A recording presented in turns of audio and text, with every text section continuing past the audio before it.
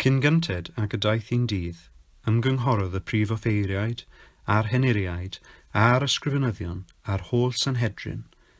Yna rhwymasant Iesu, a mynd ag ef ymaith a'i drosglwyddo i Peilat. Holodd Peilat ef, ai ti yw brenin yr Iddewon? Atebodd yntai ef, ti sy'n dweud hynny. Ac yr oedd y prif offeiriaid yn dwy'n llawer o gyhuddiadau yn ei erbyn. Holodd Peilat ef wedyn, onid atebu ddim, edrych faint o gyhuddiadau a maint yn ei dwy'n yn dy erbyn, ond nid atebodd Iesu dim mwy, syndod i Peilat. Ar yr wyl, roedd Peilat yn arfer rhyddhau iddynt un carcharor y gofynnent amdano, ac yr oedd y dyn a elwyd Barabas yn y carchar gyda'r gwrthryfelwyr hynny oedd wedi llofruddio yn ystod y gwrthryfel. Daeth y dyrfa i fyny a dechrau gofyn i Peilat wneud yn ôl ei arfer iddynt. Atebodd Peilat hwy, a fynwch i mi ryddhau chwi frenin yr Iddewon. Oherwydd gwyddau mae o gynfigen, yr oedd y prif offeiriaid wedi ei draddodi ef. Ond cyffrodd y prif offeiriaid y dyrfa i geisio ganddo yn hytrach ryddhau Barabas iddynt. Atebodd Peilat drychefn, ac meddai wrthynt, beth yntai a wnaf a hwn yr ydych yn ei alw yn frenin yr Iddewon. Gweddasant hwythau yn ôl, croeshoeliau ef. Meddai Peilat wrthynt, ond pa ddrwg a wnaeth ef? Gweddasant hwythau yn uwch byth, croeshoeliau ef. A chan ei fod yn awyddus i fodloni'r dyrfa, rhyddhaodd Peilat Barabas iddynt, a thraddododd Iesu ar ôl ei phlangelli i'w croeshoelio. Aeth y milwyr ag ef ymaith i mewn i'r cyntedd, hynny yw i'r praetoriwm, a galw ynghyd yr holl fyntau, a gwisgasant ef y fforffor, a phlethu coron ddraen a'i gosod am ei ben, a dechreuasant ei gyfarch hen ffych well frenin yr Iddewon, curasant ei ben a gwialen, a phoeri arno, a phlygu ei gliniau, ac ymgrymu iddo. Ac wedi iddynt ei watwar, tynasant y porffor oddi amdano, a'i wisgo ef a'i dillad ei hun. Yna aethant ag ef allan i'w groeshoelio. Gorfod asant un oedd yn mynd heibio ar ei ffordd o'r wlad, Seimon o Cyrene, tad Alexander y Rufus, i gario ei groesef, daethant ag ef i'r lle a elwyr Golgotha, hynny yw o'i gyfieithu lle penglog. Cynigiasant iddo wyn a mer ynddo, ond ni chymerodd ef, a chroesoliasant ef, a rhanasant ei ddillad, gan fwrw coelbren arnynt i benderfynu beth a gai bob un. 9 o gloch y bore oedd hi pan groesoliasant ef, ac yr oedd yr ysgrif y cyhuddiad yn ei erbyn yn dweud brenin yr Iddewon. A chydig ef, croesoliasant 2 leidr, un ar y dde ac un ar y chwyth iddo. Yr oedd y rhai oedd yn mynd heibio yn ei gablu, gan ysgwyd eu pennau a dweud, oho, ti sydd am fwrw deml i lawr a'i hadeiladu mewn tridiau, disgyn oddi ar y groes ac achub dy hun. Ar un modd, yr oedd y prif offeiriaid hefyd, ynghyd ar ysgrifenyddion, yn ei watwar wrth ei gilydd ac yn dweud, fe achub oedd eraill, ni all ei achub ei hun, disgynyd y Meseia, brenin Israel, yn awr oddi ar y groes, mwyn i ni weld a chredu. Yr oedd hyd yn oed y rhai a groeshoeliwyd gydag ef, yn ei wawdio. A phan ddaeth yn hanner rydd, bu tywyllwch dros yr holl wlad hyd 3 o gloch y prynhawn. Ac am 3 o'r gloch, gweiddodd Iesu a llef uchel, Eloi, Eloi, lema sabachthani. Hynny yw o'i gyfieithu, fy niw, pam yr wyt wedi fy ngadael? O glywed hyn, meddai rhai o'r sawl oedd yn sefyll gerllaw, cliwch, y mae'n galw ar Elias. Rhedodd rhywun a llenwi asbwng y gwyn sir, a'i ddodi ar flaen gwialen, a'i gynnig iddo i'w ifed. Gadewch i ni weld, meddai, a ddaw Elias i'w dynnu ef i lawr. Ond rhoes Iesu lef uchel, a bu farw. A rhwygwyd len y deml yn ddwy o'r pen i'r gwaelod.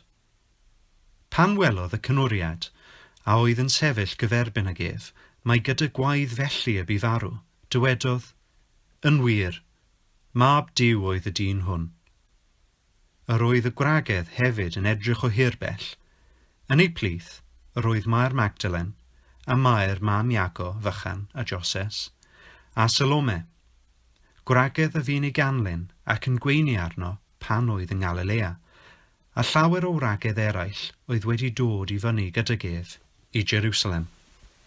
Yr oedd hi eisoes yn hwyr, a chan ei bod yn ddydd paratoad, hynny yw y dydd cyn y saboth, daeth Joseph o Arimathea, cynghorwr uchel ei barch, a oedd yntain disgwyl am deyrnas Dduw, a mentrodd fynd i mewn at Peilat a gofyn am gorff Iesu. Rhyfeddodd Peilat ei fod eisoes wedi marw, a galwodd y cynwriad ato, a gofyn iddo a oedd wedi marw ers meityn. Ac wedi cael gwybod gan y cynwriad, rhoddodd y corff i Joseph, prynodd yntau liain, ac wedi ei dynnu ef i lawr a'i amdoi yn y lliain, gosododd ef mewn bedd oedd wedi ei naddu o'r graig, a threiglodd fain ar drws y bedd, ac yr oedd Mair Magdalen a Mair mam Joses yn edrych ym mhle y gosodwyd ef.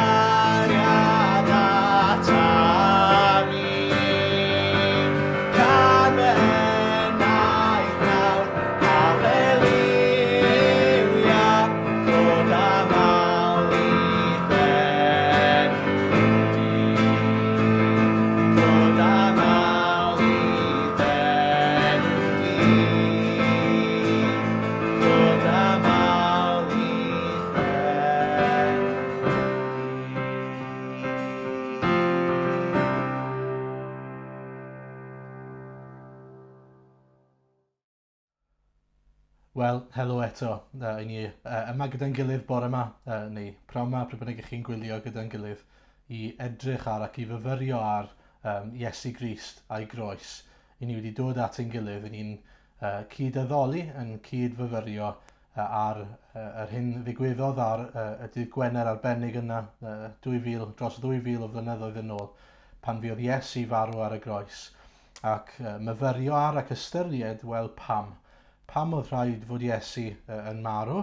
Oedd rhaid fod Iesu yn marw ac yna ystyried, wel pam fod Iesu wedi marw ar groes? Pam fod hwnna mor bwysig? Pam fod hwnna yn llunio, yn siapio ein hanes ni, ein gorffennol, ein dyfodol ni hyd yn oed? Pam fod e mor bwysig i ni? Ond falle dylen ni ddechrau trwy ofyn y cwestiwn, wel, a oedd rhaid i Iesu Grist farw ar y groes? A oedd rhaid iddo fe? A falle gallech chi ateb y cwestiwn yna trwy ddweud, wel, na, yn yr ystyr, doedd dim rheidrwydd arno fe, doedd dim gorfodiaeth, doedd neb wedi gorfodi Iesu i farw droston ni ar y groes. Mae'n dweud i hynna yn Ioan 10, nid yw neb yn dwyn ei fywyd, felly oedd hi arno fe, ond myfi ohono fe hun sydd yn ei rhoi, mae'n dweud. A mae gennyf hawl i'w rhoi, a mae gennyf hawl i'w derbyn eilwaith. Ond mae Iesu hynna'n yn dweud fod rhaid i hyn ddigwydd. Hynny yw, mae dyna yw'r unig ffordd i achub dynol ryw, i achub pobl. A felly mi oedd angen iddo fe ddigwydd. Chydig wythnosau nôl edrychon ni ar, fel eglwys edrychon ni ar Marc 8, pan mae Iesu'n gofyn i Seimon Pedr, pwy yw ti'n dweud o'i fi? Ond mae Seimon Pedr yn datgan ac yn dweud mai fe yw y Meseia. A mae Iesu'n mynd mlaen i sôn, yn adnod 31 ymlaen yn ei ddarllen nhw i chi. Yna dechreuodd ei dysgu bod yn rhaid i fab y dyn ddioddef llawer a chael ei wrthod gan yr henuriaid a'r prif offeiriaid a'r ysgrifnyddion a'i ladd ac ymhen tridiau atgyfodi. Yn dweud fyna ei dysgu bod yn rhaid i fab y dyn ddioddef, cael ei wrthod a'i ladd.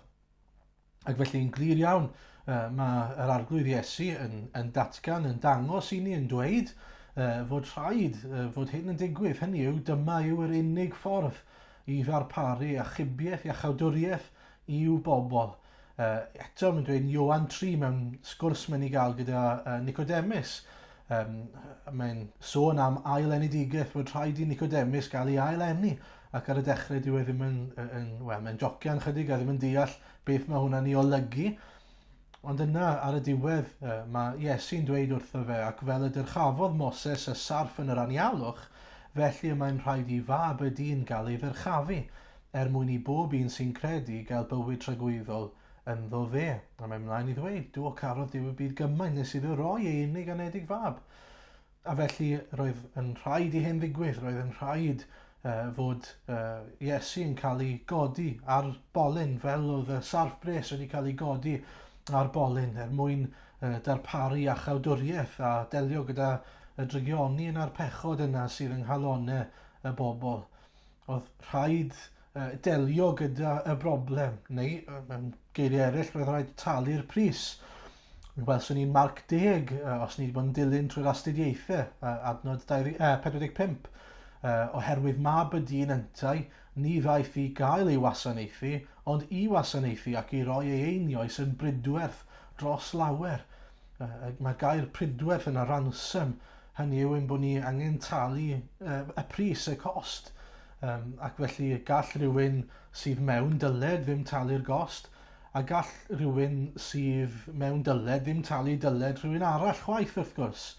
Mae angen i rhywun sydd â credyd neu sydd â cyfoeth i ddod mewn a sydd â statws, maen nhw yn y dŷ, nid yn y coch. A felly talu'r pris mwyn rhyddhau y rhai sydd yn ddyledus, sydd yn rhwym, yn gaeth i'w pechod nhw. A felly mae'n dangos i ni eto, mae Iesu yw'r unig un sydd yn able i wneud hynny, sydd yn gallu talu dyled ein pechod ni, dy bechod di. A felly roedd rhaid i un ddod. Ond oedd rhaid i un arbennig ddod, un oedd yn lan, un oedd â credyd yn y banc fel petai, un oedd yn abl i gyrraedd safon y gyfraith, i fod yn berffaith ar y ddeiar. ac i fod yn un oedd yn ffyddlon, yr oen di-nam y clywson ni amdano ar ddydd Sul. A dyma lle mae Iesu wrth gwrs yn dangos i hynna i ni fod yn oen di-nam, yn un perffaith, yn aberth perffaith yn ein lle ni. Yn un oedd ddim fel ni, oedd un oedd fel, yn fyw ac fel un heb bechod ac heb bechod i hunan. A dyma mae'n dweud, rhai adnodau yn dangos hynny i ni. 1:4-2, 21 a 22, canys i hyn eich galwyd oherwydd dioddefodd Crist yntau eich mwyn chi, gan adael i chi esiampl, i chi ganlyn yn ôl ei draed ef. Yng ngeiriau'r ysgrythur, ni wnaeth ef bechod, ac ni chafwyd twyll yn ei enau. Clywson ni'r un peth am yr arglwydd Iesu yn berffaith ac yn ffyddlon ac yn mynd heb ddweud gair yn Eseia ar ddydd Sul. Yna 1 Ioan 3:5. Rydych chi'n gwybod bod Crist wedi ymddangos mwyn cymryd ymaith bechodau, ac ynddo ef nid oes pechod. Ac yna Hebriaid 4:14-15. Gan fod gennym felly archoffeiriad mawr sydd wedi mynd drwy'r nefoedd sef Iesu, mab Duw, gadewch i ni lynu wrth ein cyffes. Canys nid archoffeiriad heb allu cyd-ddioddef a'n gwendidau sydd gennym, ond un sydd wedi ei demtio ym mhob peth yn yr un modd â ni, ac eto heb bechod. O dyma pwy yw Iesu, yr un sydd wedi byw yr un bywyd â ni, wedi wynebu'r un temptasiynau ni, ac eto heb bechu, un sydd wedi amlygu hunan i fod yn wahanol i bob dyn arall, yn berffaith, yn lan, yn ddi-bechod. Ac nid yn unig fe sy'n dweud hynny, ond mae Peilat ni'n clywed yn dweud hynny hefyd. Dyma ddwedodd Peilat, edrychwch rwy'n dod ag ef allan atoch mwyn i chi wybod nad wyf yn cael unrhyw achos yn ei erbyn. Daeth Iesu allan felly yn gwisgo'r goron ddraen ar fantell borffor, a dywedodd Peilat wrthynt, dyma'r dyn. Pan welodd y prif offeiriad a'r swyddogion ef, gwyddasant croesoelia. Cymerwch ef eich hunain a chroesoeliwch, meddai Peilat wrthynt, oherwydd nid wyf fi'n cael achos yn ei erbyn. Ac felly doedd neb achos yn ei erbyn a doedd dim pechod ynddo fe. Mae'n dangos i hunan a'n amlygu hunan i ni, fel yr un yw mewn gwirionedd, oen di-nam, mab Duw, Duw ei hun, yn ei lendid, yn ei sancteiddrwydd, yn ei ogoniant, wedi dod i'n byd ni mwyn achub pobl fel chi a fi, pobl sydd yn bechadurus, pobl sydd yn ddyledus oherwydd ein natur ni, heb obaith yn y byd, heb dduw yn y byd. A dyna pwy mae Crist wrth gwrs wedi dod i'w achub. A mae hwnna'n dod yn ni at yr ail gwestiwn. Pam fod Iesu wedi dod i'r byd? Wel, oherwydd ein cyflwr ni, oherwydd ein pechod ni. Dyma mae Paul yn dweud wrth yr Effesiaid, yn Effesiaid 2. Chwi meddaf, cofiwch eich bod yr amser hwnnw heb Grist yn ddieithriaid i ddinasyddiaeth Israel, yn estroniaid i'r cyfamodau a'i haddewid, heb obaith a heb dduw yn y byd. Dyna pwy ydyn ni yn ein natur bechadurus ni. Dyna pwy ydyn ni nawr os nag ydyn ni'n adnabod Iesu Grist, yn bobl ar wahân i Grist, heb Grist, yn estroniaid i'r cyfamodau yna sydd yn eiddo i ni trwy Grist os i ni'n dod at yr arglwydd Iesu. Heb obaith yn y byd a heb dduw yn y byd. Ond mae newyddion da wrth gwrs fod Crist wedi dod i'r byd i gyrraedd pobl, i ddod yn agos at bobl. Mae'n mynd mlaen i ddweud yn yr adnod nesaf yn Effesiaid 2, ond yn awr yng Nghrist Iesu, yr ydych chi a fi unwaith ymhell wedi eich dwyn yn agos trwy waed Crist. Mae Crist wedi dod â chi yn agos. Mae wedi dod yn agos ato ni trwy ddod i'n byd ni, trwy dywall ei waed fel bod ein bod ni yn cael derbyn o'i farwolaeth a'i atgyfodiad a perthyn a bod yn eiddo iddo fe a fe'n eiddo i ni. Sut allwn ni fod fynd o fod yn bell i fod yn agos? Sut allwn ni fynd o fod yn ddyledus ac yn anghyfiawn o fod yn gaeth yn ein pechodau i fod yn fyw ac i fod yn agos, i fod yn gyfoethog ac yn gyfiawn. Wel, mae Paul yn sôn yn Rhufeiniaid 3, ond yn awr yn annibynnol ar gyfraith, a mae cyfiawnder Duw wedi ei amlygu. A mae'r gyfraith a'r proffwydi yn wir yn dwyn tystiolaeth iddo. Ond cyfiawnder sydd o dduw ydyw, trwy ffydd yn Iesu Grist i bawb sy'n credu. Ie, pawb yn ddiwahaniaeth, oherwydd y maent oll wedi pechu ac yn amddifad o goniant Duw. Gan ras Duw ac am ddim y maent yn cael eu cyfiawnhau trwy'r prynudigaeth sydd yng Nghrist Iesu. Yr hwnna osododd Duw ger bron y byd, yn ei waed, yn aberth cymod trwy ffydd. Gwnaeth Duw hyn i ddangos ei gyfiawnder yn ddiymwad, yn wyneb yr anwybyddu a fi a'r bechoder gorffennol yn amser y matal Duw. Ie, i ddangos ei gyfiawnder yn ddiymwad yn yr amser presennol hwn, sef ei fod ef ei hun yn gyfiawn a hefyd yn cyfiawnhau y sawl sy'n meddu ar ffydd yn Iesu. Pam oedd rhaid i Iesu farw? Wel, mwyn ein gwneud ni yn iawn â Duw, mwyn ein gwneud ni'n gyfiawn yn ei olwg ef. Does dim ond un ffordd i ni gael ein cyfiawnhau, ein gwneud yn iawn, ein cymodi â Duw. A mae hwnna trwy'r prynudigaeth sydd yn Grist Iesu, a trwy ffydd mae hynny'n digwydd, nid trwy ein ymdrechion ni, nid drwy fyw bywyd sydd yn llawn daioni yn hytrach na'n llawn drygioni, sydd yn amhosib wrth gwrs i bob person. Dim ond trwy dderbyn, dim ond trwy ddod a chredu a cael ein cyfiawnhau trwy ffydd, trwy'r arglwydd Iesu Grist. Yn dweud yn Daniel 9, adnod 26, os dwi'n cofio'n iawn, pan mae'n cael gweledigaeth, ac wedi 2 wythnos a 30 y lleddir y Meseia, ond nid o'i achos ei hun. Beth mae y darn yn Rhufeiniaid a'r darn yn Daniel yn dangos i ni yw fod Iesu ddim wedi marw oherwydd beth mae e wedi wneud, ond oherwydd ein pechod ni, am ein pechod ni.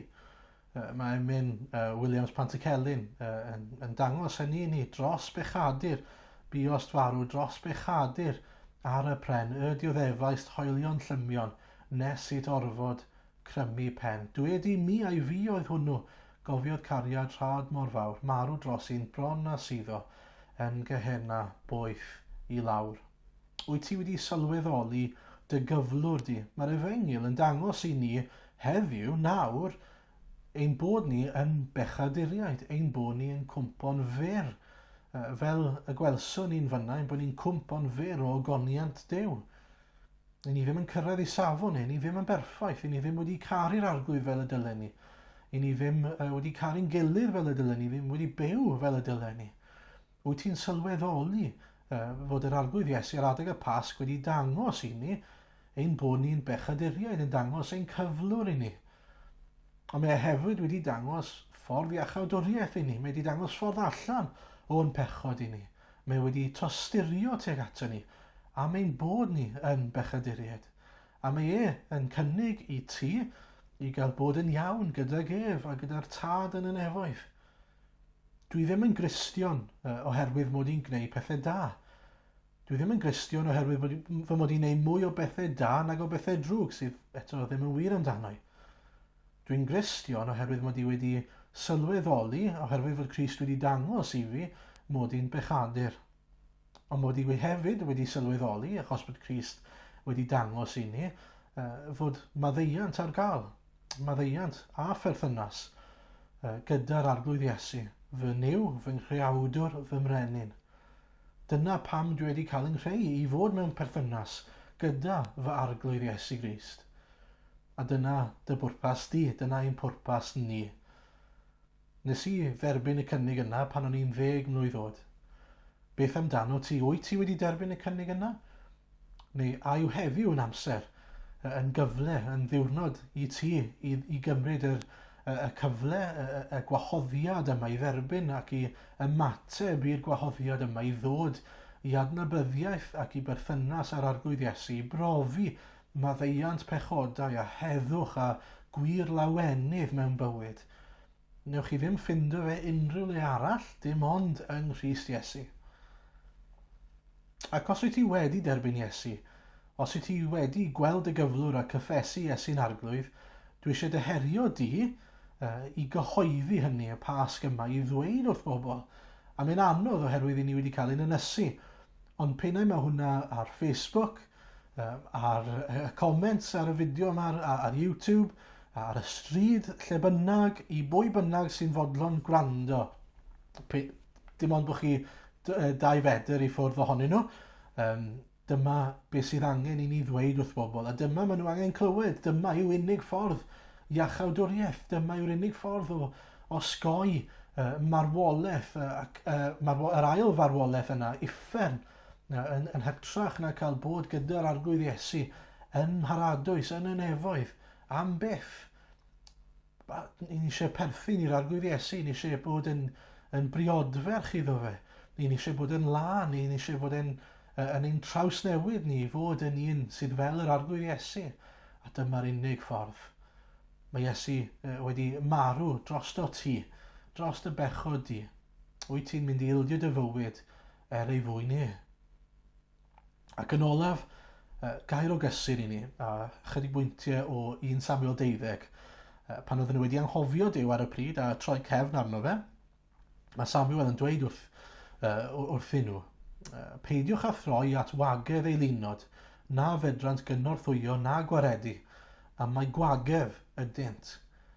Mwyn ei enw mawr, ni fydd yr arglwydd yn gwrthod ei bobl, oherwydd mae'r arglwydd yn dymuno eich gwneud yn bobl iddo. A mae gwirionedd yma'n wir i ni y bore yma. 3 pheth i'ch gadael chi gyda, i chi fyfyrio ymhellach arnyn nhw ac i addoli'r arglwydd amdanyn nhw. Yn gyntaf yr alwad yna i droi at Iesu, yr unig un a llachub. Mae'n dweud fyna, peidiwch a throi at wagedd ei lunod, na fedrant gynorthwyo na gwaredu, a mae gwagedd ydynt. Does dim byd arall yn eich bywyd chi all eich achub chi. Does neb arall yn eich bywyd chi all eich achub chi o'ch pechod chi. Dim ond Iesu Grist. Dwi wrth y modd ar emyn, what can wash away my sin? Pwy all olchi mhechod cas? Dim ond gwaed yr arglwydd Iesu. Yn ail wedyn, mae Iesu'n dymuno eich gwneud chi'n bobl iddo fe eich hunain. Mae eisiau bod yn dduw arnoch chi, a mae eisiau chi fod yn bobl iddo fe. Mae eich creu chi mwyn i chi gael ei adnabod mwyn i ni gael ei adnabod Nid pobl sydd ar wahân iddo fe, mae eisiau, ond pobl sydd gydag yn eiddo iddo fe. Bod e'n dduw arnyn nhw, a ni'n bobl iddo fe. Mae hwnna'n bwysig iawn i gofio mewn byd lle mae pobl yn portreadu Duw fel un sydd eisiau cosbi, sydd eisiau bwrw pobl i lawr. Ddim o gwbl. Mae Duw yn dymuno i ni fod yn eiddo iddo fe. O, trowch ato fe te. Ac yn olaf, yn drydydd, mwyn ei enw mawr mae e'n gwneud hyn, mae'n dweud yn yr adnodau yna.